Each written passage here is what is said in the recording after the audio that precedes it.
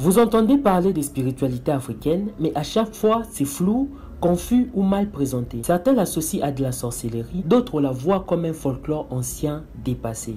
Et beaucoup n'osent même pas en parler. Alors aujourd'hui, posons les choses simplement.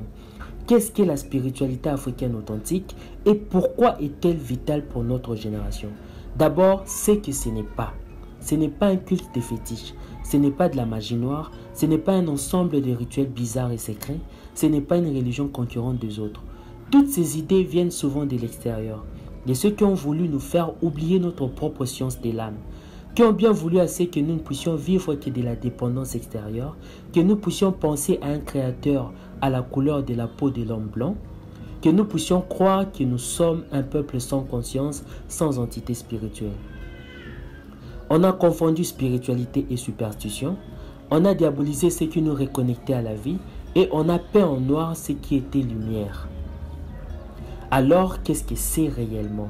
La spiritualité africaine authentique, c'est une science de l'harmonie entre l'homme, la nature, les ancêtres et les lois invisibles. Une connexion sacrée à l'énergie créatrice originelle, source de toute vie et spirituelle qu'est le suprême créateur de l'univers, Nzambiampo Mutulendo, notre Tata Mokili. Une conscience vivante de la mémoire de notre peuple, transmise par nos ancêtres, les sages, les maîtres des vérités. C'est une façon d'être, pas seulement une croyance. C'est vivre en harmonie avec toutes les créatures de l'univers. C'est respecter l'eau, la terre, les morts sans les craindre, parce qu'ils sont toujours vivants à travers nous. Si nous ne savons pas qui nous sommes, comment pourrions-nous savoir où allons-nous? Aujourd'hui, on parle de développement, d'innovation, d'indépendance. Mais sans racines, aucune nation ne pousse.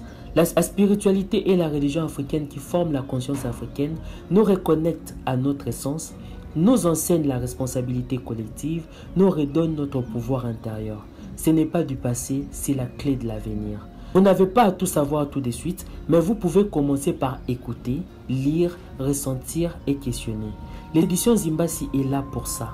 Vous guider à travers des livres, les témoignages, les paroles vivantes des maîtres de sagesse africains. Chaque semaine, nous vous partageons une pièce de la mémoire sacrée et c'est à vous de la faire revivre. Abonnez-vous si ce voyage résonne avec vous. Commentez, partagez cette vidéo à quelqu'un qui recherche à se connecter. Le savoir n'est pas fait pour être caché, il est fait pour libérer.